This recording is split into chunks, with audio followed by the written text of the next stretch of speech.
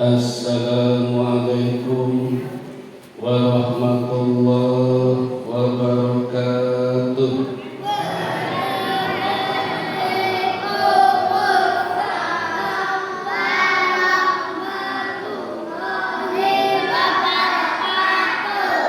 Baik Bapak Ibu sekalian, kita lanjutkan kajian masih tentang As-Sirah An-Nabawiyah, khususnya Nabi Musa alaihi salatu wassalam. Terakhir kajian kita sudah sampai mana Bapak Ibu? Paling nggih mboten napa-napa. Dadi nek tak ulangi ora konangan. Ini tak coba lanjut ya, walaupun mundur sedikit ya. Kemarin Bapak Ibu sudah sampai keberhasilan Nabi Musa alaihi salatu wassalam menyelamatkan umatnya dari kejaran Fir'aun dan bala tentaranya melewati lautan merah. Nabi Musa membawa umatnya sebanyak berapa adik-adik? 210.000. Itu kalau pawe itu banget nih kok. Melewati lautan merah yang Allah berikan mukjizat kepada Nabi Musa, dengan tongkatnya mampu membelah lautan merah sebanyak 12 jalan.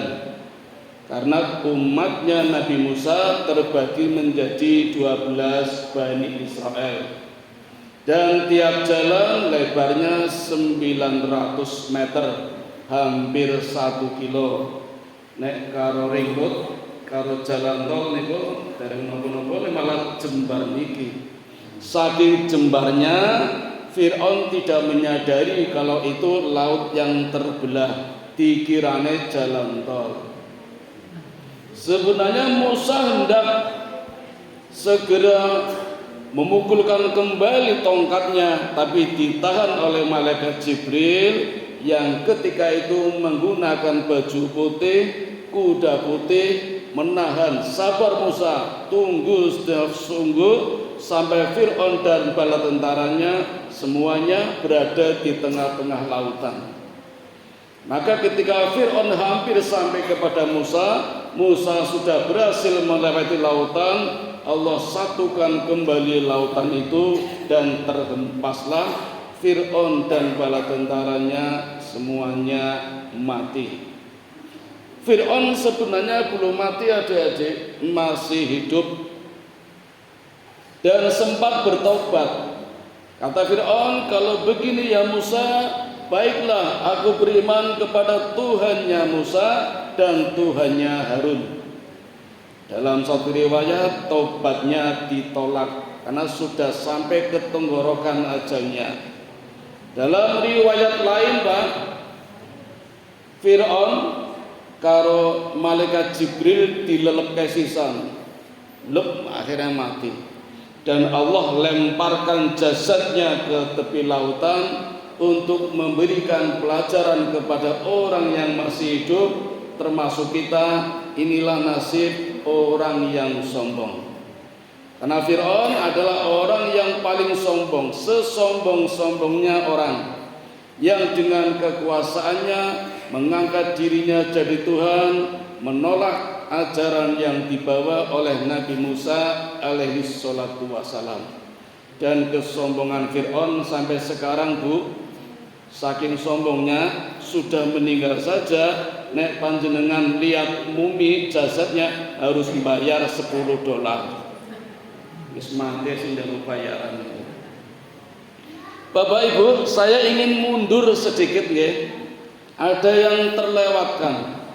Ternyata Nabi Musa Allah perintahkan berdakwah, mengajak Fir'aun menyembah Tuhan yang satu. Itu tidak cuma menghadapi Fir'aun.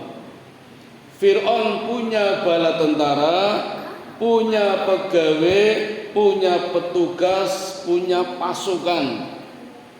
Nah, inilah orang yang mempengaruhi Fir'aun.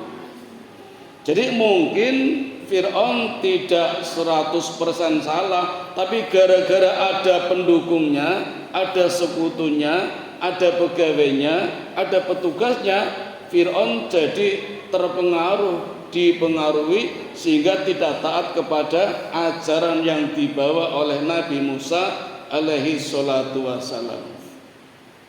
Perlu kami ingatkan Bapak Ibu, misi pertama Musa ketika kembali dari Madian sebenarnya ingin membebaskan Bani Israel dari penindasan orang-orang Mesir. Tetapi karena di tengah jalan menerima risalah kenabian, Musa diangkat menjadi nabi dengan membawa 10 perintah Tuhan.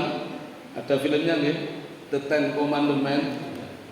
Maka misinya ditambah 1, dan tambahnya ini menjadi misi yang utama. Apa? Menyampaikan pesan dari Allah untuk Fir'aun dan bala tentaranya menyembah hanya kepada Allah Subhanahu wa ta'ala. Pesan yang disampaikan adalah ini Allah, fa'budni la ilaha illa anta. Kata Musa kepada Fir'aun, ya Musa, sembahlah Allah, tidak ada Tuhan selain Allah. Musa itu kitabnya bernama Taurat, Pak. Tetapi kalau membawa misi ini berarti Musa membawa misi Islam. Ini misi yang pertama. Dan misi yang utama tadi menjadi misi yang kedua, yaitu menyelamatkan kaum Bani Israel dari penindasan Fir'aun. Dan ternyata Bapak Ibu, yang dihadapi Musa tidak cuma Fir'aun, ada 2 tokoh yang berada di sekitar Fir'aun. Dan tokoh ini sangat viral Bapak-bapak, yaitu Haman dan Korun. 3 tokoh inilah yang dihadapi Musa ketika berdakwah menyampaikan ajaran risalah Islam. Seberapa viralnya tokoh ini Bapak Ibu? Fir'aun disebutkan di dalam Quran sebanyak 74 kali, Haman 6 kali, Korun 4 kali. Kalau Nabi Musa sendiri adik-adik disebutkan sebanyak 120 kali. Nah, kajian kemarin sudah sampai pada surat Al-Qasas. Sekarang saya akan tunjukkan dulu surat yang lain, di mana surat ini menunjukkan bahwa Allah mengutus Nabi Musa untuk menyampaikan pesan Allah kepada Fir'aun, Haman dan Korun. Pesan Allah ini ada di dalam Quran, surat Al-Ghafir, surat yang ke-40, ayat 23 dan 24. Saya bacakan ayatnya. A'udzu billahi minasyaitonir rajim. Wa laqad arsalna Musa bi ayatina wa sultanim mubin. Dan sungguh kami telah mengutus Musa dengan membawa ayat-ayat kami dan keterangan yang nyata ila Fir'aun wa Haman wa Korun faqalu sahirun kadzabun. Kepada Fir'aun, Haman dan Korun, lalu mereka berkata, Musa itu hanyalah seorang penyihir dan pendusta. Niki Nabi Musa Bu diperintahkan Allah dakwah kepada Fir'aun, Haman dan Korun. Tapi apa yang didapat Musa? Musa malah dikata-katain pembohong, penyihir, pendusta. Niki misalnya panjenengan Pak diutus Allah menghadapi 3 orang ini, jadi apa nggih? Bapak Ibu, ini sekedar selingan nggih. Kan pernah ramai di negara kita Pak, gara-gara Cak Nun itu menyampaikan ayat ini, katanya mirip Indonesia. Fir'aunnya adalah presiden, hambanya adalah Luhut, korunya sing duwe Indomaret sinten niku. Niku rame. Ning dilala Bapak Ibu sing ngomong Cak Nun dadi ora masalah, ora diperkarakan, ora dikriminalkan, ora ditangkap. Coba nek sing ngomong kula jenengan kok acekel. Cak Nun ora wani sing nyekel. Kok ora wani? Tokoh NU ane dicekel, NU bubar, presidennya rontok, dulu menang yang mergo didukung NU. Dadi ora wani. Tapi nek dilihat-lihat Bu, sepertinya ya podo nih kok. Firaun itu kan karakternya suka memaksa kehendak orang, ora gelem sikat. Tapi Firaun ini pun dipengaruhi dua orang ini, sekutunya, ya pendukung, ya petugas, ya pegawai, sekaligus penasehat, Haman dan Korun. Nah, Haman ini Bapak Ibu kalau di negara kita namanya ABRI, tentara, itu dipimpin oleh Haman.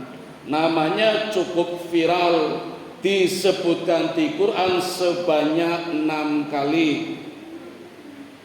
Di surat Al-Qasas ayat 6, ayat 8, 38.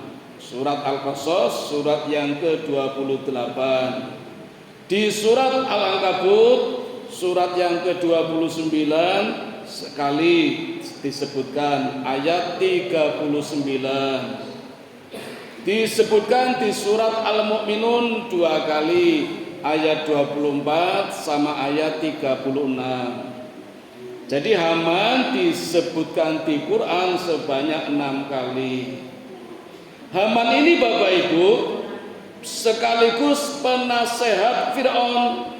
Jadi ketika Musa berdakwah kepada Fir'aun, di belakang Fir'aun ada Haman yang selalu membisikkan, ngandani ojo gelem rasa percaya. Jadi mental semua pesan-pesan Musa yang disampaikan kepada Fir'aun. Bahkan Bapak Ibu sampai-sampai Fir'aun memerintahkan Haman. Di Quran ada Pak, ya Haman bakarlah tanah liat. Maksudnya apa Bu? Gawe boto, bakarlah tanah liat, gawe boto sebanyak-banyaknya. Untuk apa ya Fir'aun? Untuk dibuatkan menara yang tingginya setinggi langit. Ini proyek besar. Jadi Haman itu sekaligus pimpro, pimpinan proyek besar, membangun menara tertinggi di dunia, menara pencakar langit karena setinggi langit. Untuk apa ya Fir'aun? Untuk aku naiki, dan nanti ketika aku berada di puncak menara akan aku panah itu Tuhannya Musa, untuk membuktikan bahwa Musa adalah pembohong, ternyata nggak ada Tuhan. Seperti itu Pak rencananya. Maka dibangunlah menara tertinggi ini.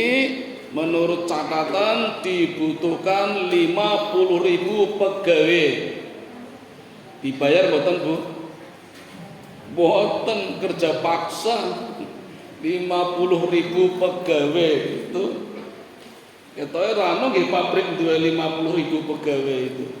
Itu belum termasuk pegawai-pegawai yang diminta membuat kuil-kuilnya juga. Maka setelah menara itu berdiri, Fir'aun naik ke puncak menara dan dengan panahnya kemudian dilesatkan ke langit. Karena Musa pernah mengatakan, ketika Fir'aun bertanya, ya Musa, mana Tuhanmu? Musa menjawab, Tuhanku ada di atas aras, menuju ke atas. Maka Fir'aun melesatkan panahnya ke langit. Nah ini ada dua riwayat Pak. Riwayat pertama menjelaskan panahnya Fir'aun ditangkap oleh malaikat Jibril, kemudian ditusukkan ke ikan hingga berdarah, kembalikan lagi panahnya kepada Fir'aun. Setelah itu Fir'aun mengatakan, "Ya Musa, inilah Tuhanmu, sudah aku panah, Tuhanmu sudah mati." Riwayat pertama. Riwayat yang kedua menjelaskan Fir'aun berbohong, Pak. Ketika di puncak menara, kan nggak ada yang lihat, panahnya Fir'aun dimasukkan ke dalam darah, genangan darah, kemudian dipanahkan ke langit, kembali lagi ditangkap, ditunjukkan kepada umatnya Fir'aun. Inilah panah yang sudah memanah Tuhanmu Musa, sudah ada darahnya, Tuhanmu berdarah, Tuhanmu mati. Ini riwayat kedua. Nah, maka Allah menyuruh malaikat Jibril menghancurkan menara itu dan menjatuhi sepertiga pegawai sukarelawan pembuat menara yang meninggal dunia. Kisahnya seperti itu, Pak. Haman, ya, pasukannya Fir'aun. Nah, sekarang Korun. Korun kita sudah tahu semua, Bapak Ibu. Kisahnya sangat viral, sangat melegenda. Siapa yang tidak kenal Korun? Sampai-sampai kalau ada orang mencari harta kekayaan, bilangnya nyari hartanya Karun, nyari harta Karun. Mungkin punya Korun itu. Tapi memang kaya, Bapak Ibu. Kisah singkatnya begini, Bapak Ibu. Jadi Korun, Pak Bu, itu masih saudaranya Nabi Musa. Nama lengkapnya Korun bin Yasar bin Kohit bin Lawi bin Yakub bin Ishak bin Ibrahim. Keturunan Nabi toh. Sekarang mundur. Ibrahim punya istri yang pertama namanya Sarah. Dengan Sarah Allah berikan anak namanya Ishak, jadi nabi. Okay? Ishak punya dua anak, sing barep jenenge esok, sing nomor loro Yakub, jadi nabi yang Yakub. Yakub punya istri 4, Lia, Rahel, Zulfa, Bilha. Istri yang pertama namanya Lia atau Laya. Dengan istri pertama Allah berikan 6 anak laki-laki semua. Ruben, Simon, Yehuda, Lawi, Isahar, Zebulon. Nah, anak yang keempat ini yang namanya Lawi. Dari Lawi lahir anak namanya Kohit.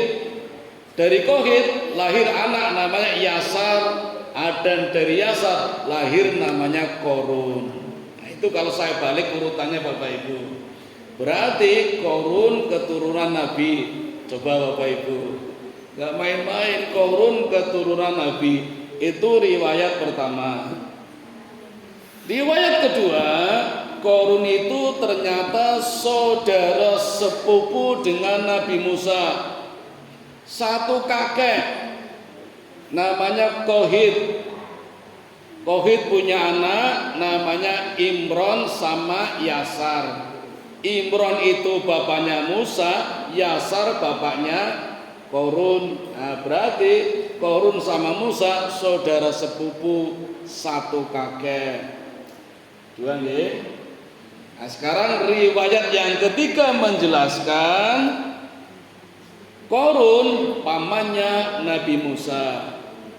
Berarti tua pun tibu, bapaknya Musa napa Korun? Bapaknya Korun jenenge Yasar, bapaknya Musa Imron. Tua pun tiba. Tua Korun nggih, mergone Korun pamane Musa. Itu riwayat ketiga. Riwayat yang keempat, Korun niku anake bibine Nabi Musa. Ning kula ngelacak urung ketemu bibine Nabi Musa. Iku jenenge sapa? Belum ketemu saya, itu riwayat keempat. Nah Bapak Ibu, ini nggak penting ya sebenarnya, nggak penting. Perbedaan pendapat di kalangan ulama ada dua macam Bapak Ibu, namanya ikhtilaf atau khilafiyah. Ada khilafiyah tadad, ada khilafiyah nabawu. Kalau yang tadad itu harus kita tinggalkan Mbak, karena perbedaannya menyolok, kontradiksi. Misalnya tentang hukum halal, haram, mubah, itu harus kita tinggalkan karena berbeda, menyolok dan kontradiksi. Tapi kalau khilafiyah nabawu atau natawu itu boleh kita pakai karena tidak kontradiksi. Seperti riwayatnya Qarun tadi, anaknya siapa, silsilahnya siapa, karena ada 4 riwayat gitu, nggak ada masalah, karena nggak penting. Yang penting adalah manfaat dari kisah ini apa, pelajaran hikmah yang diambil dari kisah ini apa, itu yang penting, maka nggak jadi masalah. Nah kalau pengen benar justru ada di Quran. Saya buka nggih, surat Al-Qasas, surat yang ke-28 ayatnya 76. Tak tunjukkan Bapak Ibu. Saya ngisi di masjid mana itu nggak percaya kalau nggak dibacakan. Al-Qasas surat yang ke-28 ayat 76. Di sini juga menyebutkan nama Qarun. Nah ini Bapak Ibu, ayat 76. Ayatnya panjang, saya baca terjemahannya saja. Sesungguhnya Qarun termasuk kaumnya Musa. Nah, ini Quran. Nah, ini pasti benar. Tetapi dia berlaku zalim terhadap mereka. Tadi zalim terhadap Musa.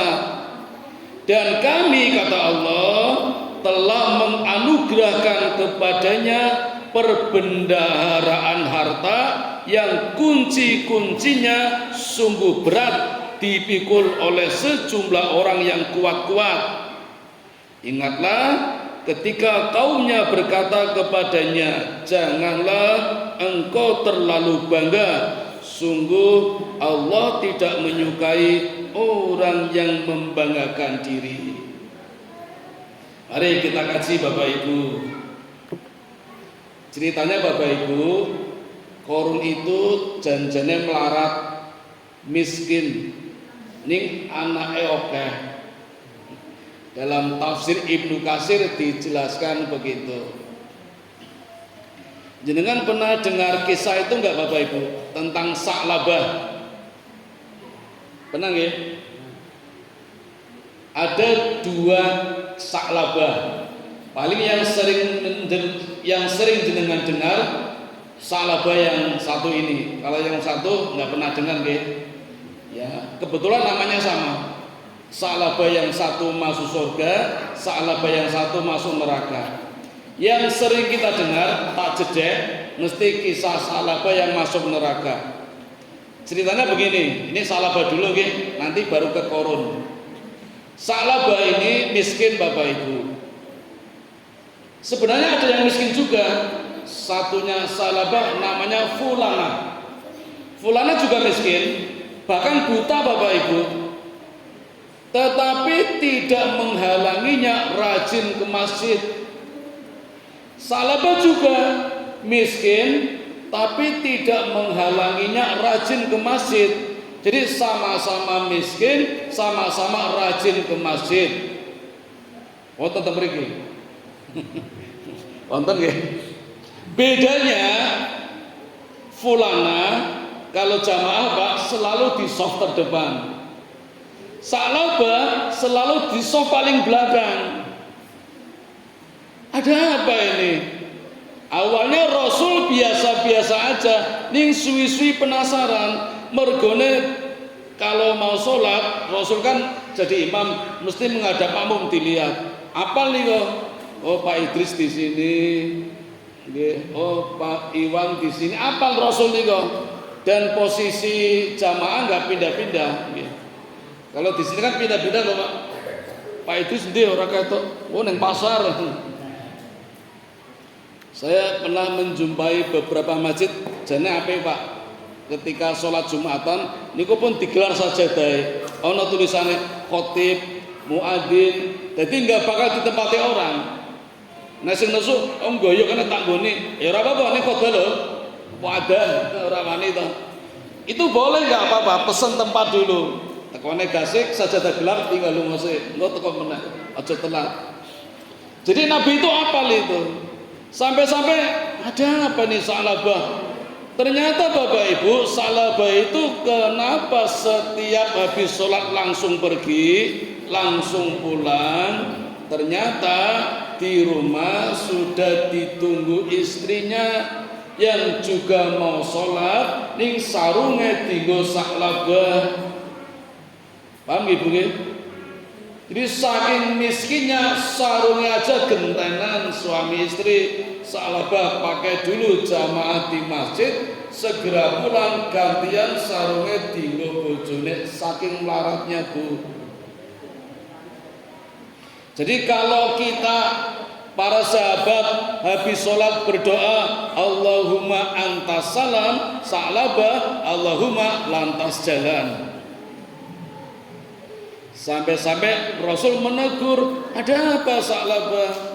Nah, kata salabah, ya Rasul terlanjur basah. Mumpung konangan, saniki kula njaluk tulung, doakan ya Rasul agar aku menjadi orang kaya. Kata Rasul, nggak usahlah, nanti kamu nggak rajin lagi ke masjid. Kata salabah, udah ya Rasul doakan saja, nanti urusan saya dengan Allah. Janji. Lalu Rasul mendoakan, ya Allah jadikanlah salabah orang yang kaya. Setelah itu diberikan sepasang kambing yang betinanya sudah hamil tua. Ternyata dari sepasang kambing itu beranak sampai banyak sekali kambingnya. Hingga saking banyaknya salabah mulai sering telat jamaahnya, ketinggalan sarakaat, rong rokaat, patang rokaat, sampai akhirnya tidak kelihatan lagi ke masjid mergo ngurusi wedhuse sing akeh. Sampai Jumatan pun akhirnya ditinggalkan. Nun kula wonten to Pak, teng sekolahan niku pegawe niku. Nih yo jane sepele, adzan. Dhewe sering adzan, Pak. Ning adzan ini kok nafase ora kuat, ora fasih, dadi nang kuping mereka loh. Ditegur pimpinan, mutung adzane mandeg ora gelem adzan, sing mending mutung ora gelem salat, mutung ora gelem Jumatan. Wah, iki piye iki? Dikandani malam mutung. Akhirnya ya dah ono adzan meneh. Gelem salat, padahal adane ngapunten mboten fasih, salah-salah. Akhirnya Bapak Ibu sampai pada giliran bayar zakat, salabah tidak mau bayar zakat. Dilaporkan oleh sahabat kepada Nabi, Nabi mengatakan, halaka ya salabah, celaka ya salabah. Dan celaka betul, hartanya akhirnya hilang semua, kembali miskin lagi, dan miskinnya tidak seperti awal tadi yang menjadikan taat kepada Allah malah menjadi laknat. Akhirnya kisah salabah berakhir dengan musibah. Beda dengan satunya yang namanya fulanah, miskin, buta tapi taat. Allah berikan sepasang kambing, kambingnya jadi banyak, tetap taat. Fulanah amanat, maka bertambah terus yang namanya nikmat. Itulah fulanah, berbeda dengan salabah. Nah, salabah ini mirip dengan korun Bapak Ibu. Awalnya miskin, anaknya banyak, Kemudian minta didoakan kepada Musa, ya Musa doakan aku menjadi orang yang kaya. Musa pun mendoakannya dan Qarun akhirnya menjadi kaya. Cuma sayangnya Bapak Ibu, setelah kaya justru mendukung Fir'aun. Jangankan mendukung Musa, malah memusuhi Musa. Apa sih kekayaannya adik-adik? Tadi di Quran sudah saya bacakan kekayaan Qarun itu seperti apa. Saya bacakan lagi Bapak Ibu. Kami telah menganugerahkan kepadanya perbendaharaan harta yang kunci-kuncinya sungguh berat dipikul oleh sejumlah orang yang kuat-kuat. Kunci gudangnya Bapak Ibu itu dibuat dari kulit. Besarnya itu 1 jari. Coba bayangkan Bapak Ibu, kalau kuncinya dibuat dari kulit, besarnya 1 jari, tapi yang gotong 60 algojo, 60 orang Bu, 60 bodyguard, itu berarti kan kuncinya banyak. Saking abote itu, nek kunci seukuran jari kan jari anting, tapi yang gotong itu 60 bodyguard, 60 orang kuat. Itu aja gotongnya sampai sempoyongan Bu, saking abote gotongnya nganti sempoyongan. Berarti berapa kunci itu kan banyak. Itu menunjukkan gudang harta kekayaan Qarun juga banyak sekali. Disimpan di gudang-gudang, isinya emas, perak, berlian, mutiara. Dari mana itu? Satu, pemberian Fir'aun, karena mendukung proyeknya Fir'aun, menjadi sekutunya. Coba kalau pro Musa nggak dapat apa-apa, karena pro Fir'aun dapat hadiah, sering dapat hadiah. Yang kedua, sering merampas harta kekayaannya Bani Israel.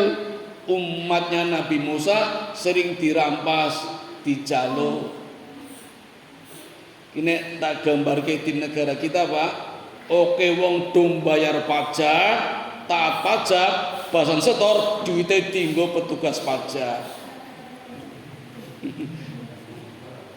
Apa gitu jenenge iki? Rafael apa sinten niku? Ternyata tidak cuma 56 miliar, 500 miliar coba. Kulo jane gedeg lho Bapak Ibu.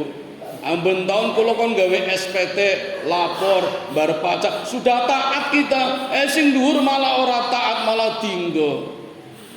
Gusti Allah nek ajeng bongkar niku gampang banget nggih. Dilalah niku lho Bu. Anake kok menganiaya anak orang lain dadi konangan kabeh to. Jebul sing dianiaya niku anake pimpinan pusat gerakan Ansor, GP Ansor. Itu kan punya NU to. Ya konangan sisan. Ternyata ketuanya agamanya Nasrani. Kok iso organisasi Islam ning ketuanya agamanya Nasrani? Malah konangan toh. Konangan kabeh. Rafael ya konangan. Lho kok iso anggaya ngamplengi anake wong, kok gaya aceklane Harley Davidson, duit saka ngendi? Bapakne dilacak, ternyata petugas pajak. Wah, ini sudah terindikasi lagi Bapak Ibu, di Menteri Keuangan ada aliran dana tidak wajar. Besarnya 300 triliun. Niko duitnya sapa niko?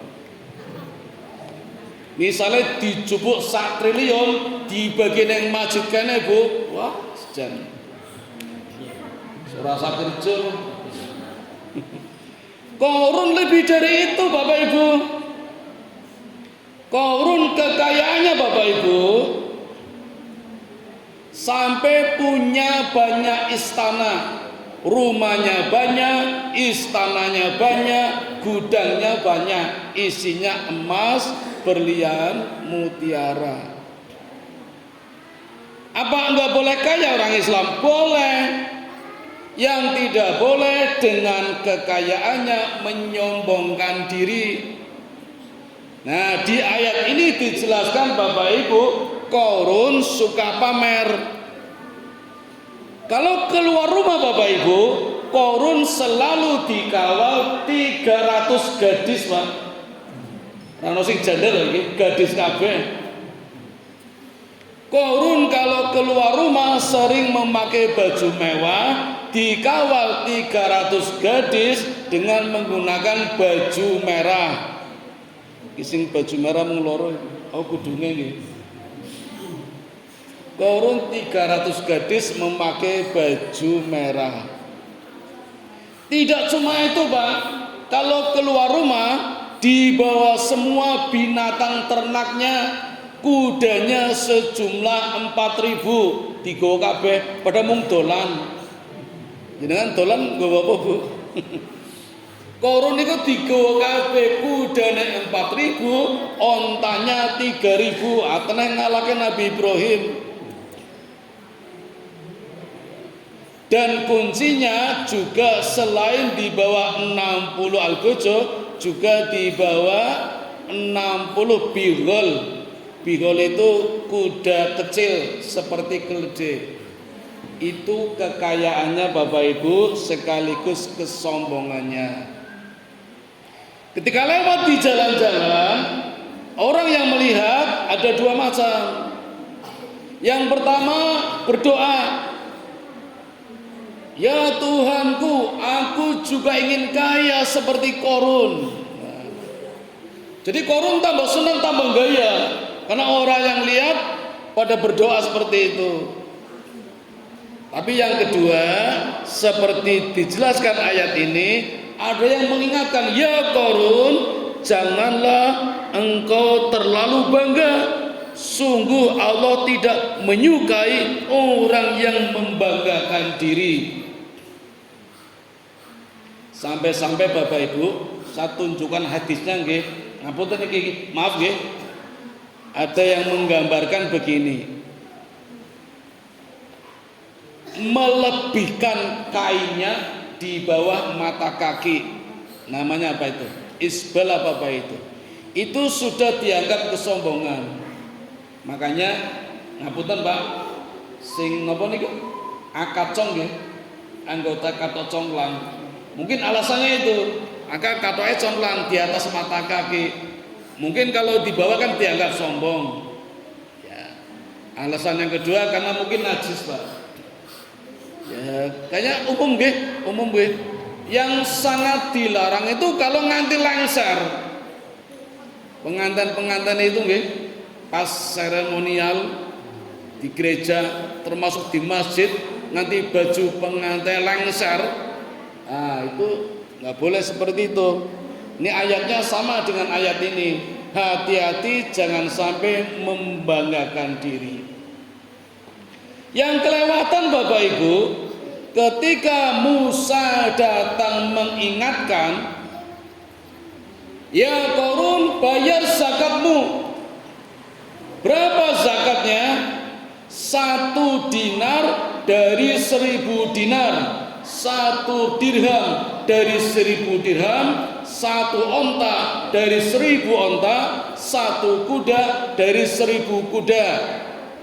Pun nggih, mboten usah tambahi. Nanti nambahi 1 gadis dari 1.000 gadis. Wah, jangan. Ada yang nambahi gitu, jangan. Cukup sampai di situ. Kan sedikit nggih Bapak Ibu nggih. Sedikit nggih. Duwe wedhus 1.000 cupu siji, duwe sapi 1.000 cupu siji, duwe dinar 1.000 cupu siji. Jenengan duwe duit 1 juta mung dicupuk 1.000. Abot apa enteng? Enteng nggih. Tapi bagi Qarun ketika dikumpulkan lho kok dadi akeh. Nah, karena itu Qarun tidak mau membayar zakat. Niku tesih mending Pak Bu. Yang kelewatan lagi Musa difitnah. Qarun ceramah kepada orang-orang. Musa dihasut.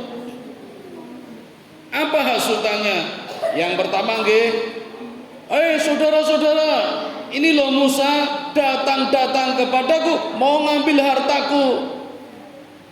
Itu ucapannya Korun. Lupa kalau dulu minta doa sama Musa biar kaya, setelah kaya diambil zakatnya, malah menfitnah Musa. Fitnah yang kedua, Bu, ini yang membuat Musa marah, Pak. Musa dituduh berzina dengan wanita. Jadi Korun membayar wanita PSK. Zaman segitu sudah ada PSK, Pak. Ya, kalau di sini kan di Pasar Kembang ya. Di sana nggak tahu di mana. Nyewa dibayar mahal. Suruh datang ketika Musa ceramah, mengaku sudah berzina dengan Musa. Sampai Musa kaget, lalu Musa berbicara dengan keras kepada wanita itu, jujur kamu, berbuat enggak kamu? Dipaksa. Baru saking takutnya dengan azab Allah, wanita ini mengatakan dengan jujur, tidak melakukan zina dengan Musa. Tapi kenapa mengatakan? Karena disuruh oleh Korun. Nah, disinilah Musa mulai marah, Bapak Ibu. Dan ketika marah, Musa berdoa kepada Allah. Lalu Allah memerintahkan Musa agar Musa berbicara dengan bumi. Apa bicaranya? Tenggelamkan Korun. Maka ketika Korun mendengar doanya Nabi Musa, Korun baru merajuk, ya Musa, maafkan aku. Musa tidak bergeming. Maka dengan doanya ini Korun tenggelam sebatas mata kaki, beserta rumahnya, beserta istananya. Musa berdoa lagi, wahai bumi, tenggelamkan Korun. Maka Korun tenggelam lagi sebatas lutut, beserta rumahnya, beserta istananya. Korun merajuk, ya Musa, sayangi aku Musa. Musa tidak bergeming dan Musa berdoa lagi, wahai bumi, tenggelamkan Korun. Korun tenggelam lagi sebatas perut, juga istananya, juga rumahnya, juga gudangnya. Korun merajuk lagi, ya Musa, kasihanilah aku. Paling dalam batinnya Musa, Allah ngomong tak. Musa tidak bergeming, berdoa lagi, wahai bumi, tenggelamkan Fir'aun. Fir'aun tenggelam lagi, Bu, sampai batas tenggorokan. Jadi tinggal kepalanya itu. Rumahnya juga, istananya juga, gudangnya juga. Orang itu melihat semua, Bapak Ibu. Sampai orang mengatakan, ya Korun, apa gunanya harta kayamu kalau kamu tenggelam? Merajuk lagi Firaun, tapi Musa juga tidak bergeming. Dan yang terakhir, Musa berkata kepada bumi, ya bumi, tenggelamkan Firaun, tenggelamkan Korun. Akhirnya Korun tenggelam semua, rumahnya, istananya, gudangnya. Nah, Bapak Ibu, di mana lokasi tenggelamnya Korun? Lokasinya Bapak Ibu saya tunjukkan, 60 km dari kota Mesir. Jadi misalnya Jogja niki Mesir, berarti letaknya neng Solo, nopo Purworejo, nopo Magelang. Ada danau yang sangat terkenal dan sekarang disebut Danau Korun. Disitulah semua kekayaan Korun terpendam di sana. Dan danaunya luas, Pak. Danaunya besar, luas. Kalau dalamnya sih nggak dalam, hanya 40 meter. Tapi kan likuifasi, Pak. Likuifasi itu endut, jadi tanahnya nyedot, dikesedot. Oh, kalau kesedot kayak di Maluku dulu itu, Gedung Aja tenggelam karena kesedot itu loh. kayak di Kali Bayam itu kan nyedot itu, namanya likuifasi. Bahkan Nabi Muhammad Bapak Ibu sampai mengatakan begini, tenggelamnya korun itu sampai sekarang sampai hari kiamat. Jadi setiap hari korun tenggelam satu depak tiap hari, padahal sampai hari kiamat. Berarti betapa dalamnya bumi ini sampai sekarang belum tembus ya. Kalau bumi bundar kan tembus, ini enggak tembus-tembus. Maka ada benarnya mungkin seorang sains mengatakan bahwa bumi itu datar. Nah, korun nyatanya belum tembus, tiap hari tenggelam, tiap hari tenggelam, tiap hari tenggelam sampai hari kiamat. Itulah hukuman yang Allah berikan kepada korun, hukuman mahjubun terus menerus sampai hari kiamat. Sama dengan kaum Sodom, kaumnya Nabi Lot yang negerinya dicungkir balikan menjadi lautan, laut mati nggih. Itu hukumannya sampai sekarang sampai hari kiamat. Nabi pernah ketika perang Tabuk rehat mampir di laut mati mendengarkan teriak jeritan orang-orang di laut mati yang sudah dimusnahkan Allah, tapi masih mendengar ceritanya. Itu menandakan hukumannya masih terus berlangsung sampai hari kiamat. Nah, maka Bapak Ibu, episode Nabi Musa ketika berhadapan tidak hanya dengan Fir'aun tapi dengan Haman dan juga Korun yang Allah tenggelamkan. Mudah-mudahan ada hikmahnya, ada manfaatnya agar kita terhindar dari sifat sombong, takabur, suka pamer, upload nang Facebook, nang WA, sehingga kadang marahi orang lain nggak suka. Hati-hati Bapak Ibu. Sekarang yang pamer tidak cuma orang kaya, orang miskin pun kadang pamer. Mari kita kurangi, syukur-syukur dihilangkan sifat pamer agar tidak seperti Korun. Saya tutup dulu Bapak Ibu, nanti setelah ditutup kalau ada yang ditanyakan monggo, kalau tidak ada alhamdulillah. Saya kembalikan kepada pembawa acara. Assalamualaikum warahmatullahi wabarakatuh.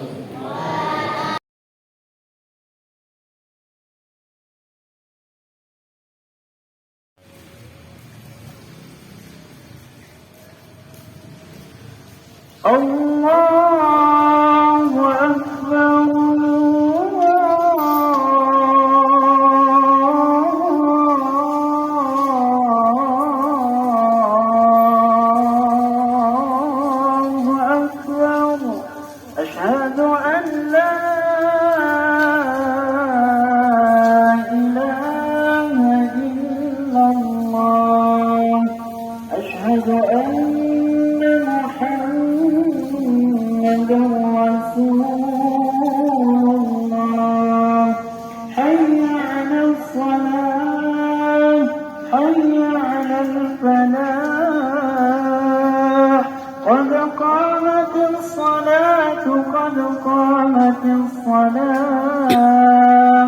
الله أكبر الله أكبر لا